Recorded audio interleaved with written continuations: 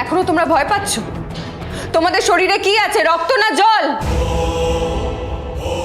এদের হাতে অস্ত্র আছে তো কি হয়েছে? তোমরা যে এতগুলো লোক আছো, সবাই মিলে রুখে দাঁড়ালে এদের ভয় দেখিয়ে জোচ্চুরি করা বেরিয়ে যাবে।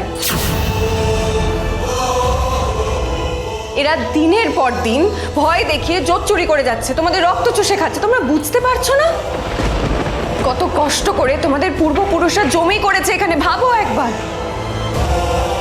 কত কষ্ট করে ফসল ফলাও, কত ঘাম ঝরিয়ে টোটো টানো, মাছ ধরো, ভ্যান চালাও, তারপর গিয়ে দুটো পয়সা আনো ঘরে। সেই পয়সাই চোরেরা লুটে নিচ্ছে। ভয় না পেয়ে আজ তোমরা সবাই মিলে রুখে দাঁড়াও, এদের জন্মের মতো তাড়াও এখান থেকে।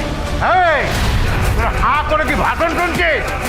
কাটারি দিয়ে গলা থেকে নামিয়ে দে ঘর থেকে। আর ওই দলিলটা নিয়ে চল।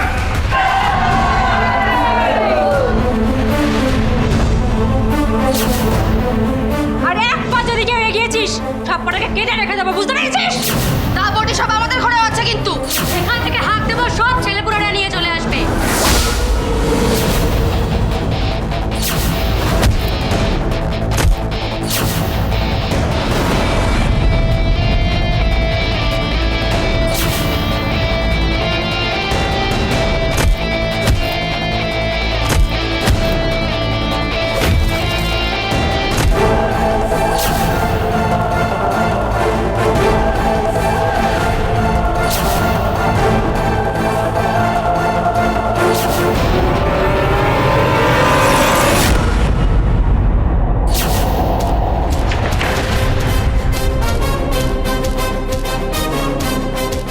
দেখে নেব, সব কটাকে দেখে নেব।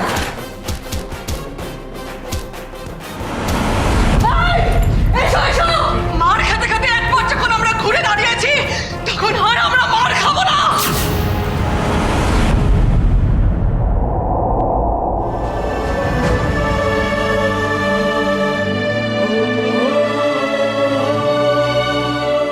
তোমারে আমি চিনি না, কিন্তু তুমি আজ আমায় বাঁচিয়ে দিলে মা।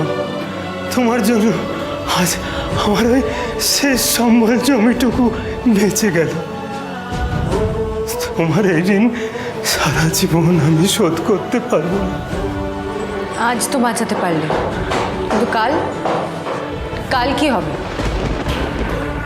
এরা তোমাদের ছেড়ে দেবে ভেবেছ? টাকা লুটতে তো ফের আসবে। কেন তোমরা তোমাদের কষ্টের টাকা ওদের হাতে তুলে দেবার পথ করে রাখো বলো তো? কেন যাও ওদের কাছে ধার চাইতে? একটু একটু করে জমাতে পারো না? সুদে ধার না করে বরং এমন জায়গায় টাকা জমাও যেখান থেকে তোমরা সুদ পাও।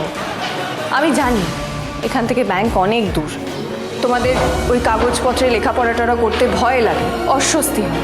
তাই জন্যই তো আমি এসেছিলাম তোমাদের সাহায্য করতে, ইন্টারেস্টও দেবো বলেছিলাম। আমি এটাও বুঝেছি যে আমি একজন অচেনা অজানা লোক, তোমরা কেনই বা আমাকে বিশ্বাস করো। ঠিক আছে, আমায় বিশ্বাস করতে হবে না, কিন্তু এই সঞ্চয় করার অভ্যেসটা তো করো। ব্যাংকে না যাও, নিজেদের বাড়িতেই এমন জায়গায় টাকাগুলো লুকিয়ে রাখো যাতে তোমাদের বরেরা হাতিয়ে নিতে না পারে। দেখবে বিপদের সময় এই সঞ্চয়ই তোমাদের কাজে লাগবে। ওই চোর জোচ্চোরগুলোর কাছে আর হাত পাততে হবে না, কথাটা একবার ভেবে দেখো। চলো কাশিদ,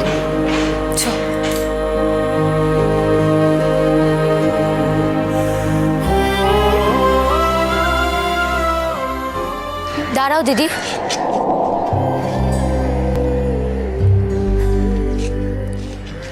আজ তুমি যা করলে তারপর তোমাকে বিশ্বাস না করাটা অপরাধ। মহাজনের খাতায় কাটাই করব বলে কটা টাকা বাজার খরচা থেকে বাঁচিয়ে রেখেছিলাম, কিন্তু তুমি যেমন বললে তাতে তো মনে হচ্ছে ওই বেটা আমাকেও ঠকাচ্ছিল। তাই টাকাটা ওকে না দিয়ে আমি তোমায় দিই।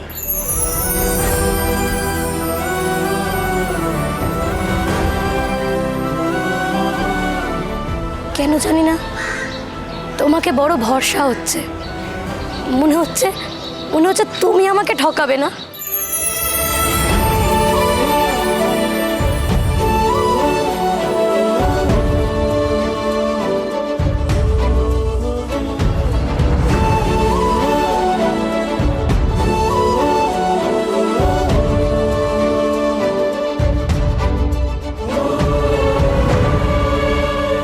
সত্যি সত্যি তোমরা আমাকে বিশ্বাস করলে? 1 মিনিট দাঁড়িয়ে যাও দিদি। হতে পারে জানি তার কথা কোনো গল্পে লেখা নেই, আছে এক মেয়ের নাম ঝাঁপি, সব দিকে লক্ষ্মী সেই, স্বপ্ন আঁকা চোখে তার চেনা চেনা হাসিতেই, সমাধান মুশকিল আসান আছে লেখা তার নামেই। পথ জানা বাহক অজানা, মেলে আলোর ইচ্ছে ডানা, যেন আনাচে কানাচে আধারে সে জোনাকি। বলে এই তো সকলেই তো এ পাড়ায় লক্ষ্মী ঝাঁপি, ঘরে বাইরে সব বাইরে বলে যায় লক্ষ্মী ঝাঁপি, যেন শান্ত দিনে ক্লান্ত রোদে বৃষ্টি লক্ষ্মী ঝাঁপি। আপনারা যে আমায় বিশ্বাস করে আপনাদের কষ্টের টাকা আমার হাতে তুলে দিলেন, এই বিশ্বাসের মান আমি রাখব। আপনারা আমাকে 3,500 টাকা দিয়েছেন, ঠিক একাদশীর দিন 100 টাকা 105 টাকার রেটে আমি আপনাদের সবার টাকা আপনাদের ফিরিয়ে দেব, আমি কথা দিলাম।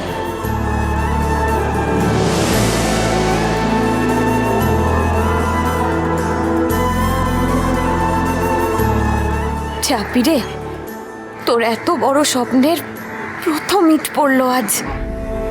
তোর এই পথ চলার একটা অংশ হয়ে থাকতে পেরে আমার নিজেকে ধন্য মনে হচ্ছে রে।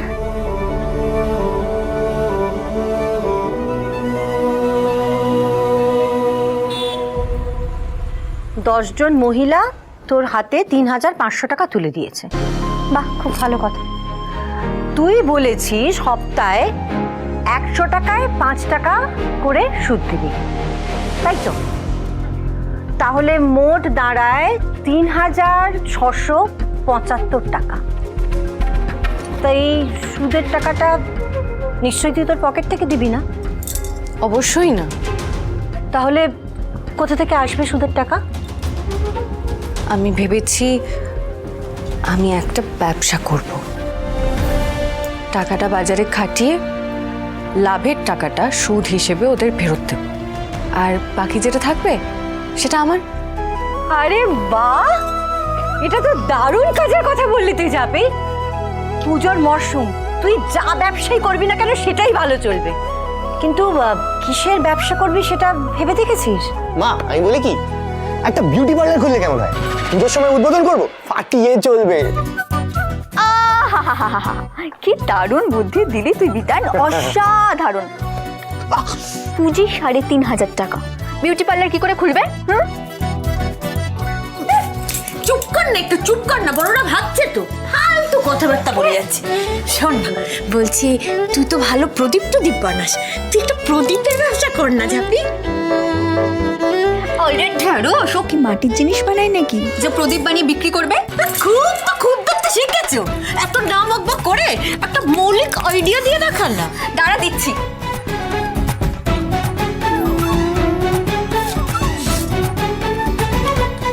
আমি বলি কি, সামনে তো পুজো আসছে, পুজো মানে খাওয়া দাওয়া। হ্যাঁ, ঝাপি তুই একটা খাবারের দোকান খোল। ঠিক, আমিও এটাই ভাবছিলাম। কিন্তু ঝাঁপি, এটা বলতে গেলে কি করে হবে? আরে বাবা, খাবারের দোকান খুলতে গেলেও তো আমাদের একটা দোকান ঘর ভাড়া করতে হবে, তাই না? সেটা কি 3,500 টাকা হবে নাকি? তাছাড়া পুজোর সময় মানে প্রচুর টাকা হাঁকবে কিন্তু ওরা। এই শোন, টাকা নিয়ে ভাবতে হবে না তোকে, ঠিক আছে? যা টাকা লাগবে আমি দেবো, আমি আছি তো নাকি? না কাশাইদি, আমি কারোর থেকে 1 টাকা কেন 1 পয়সাও নেব না। এই 3,500 টাকাই আমার পুঁজি। কোনো চমকা সে চমকা হাওয়া মিষ্টি লক্ষ্মী ঝাঁপি।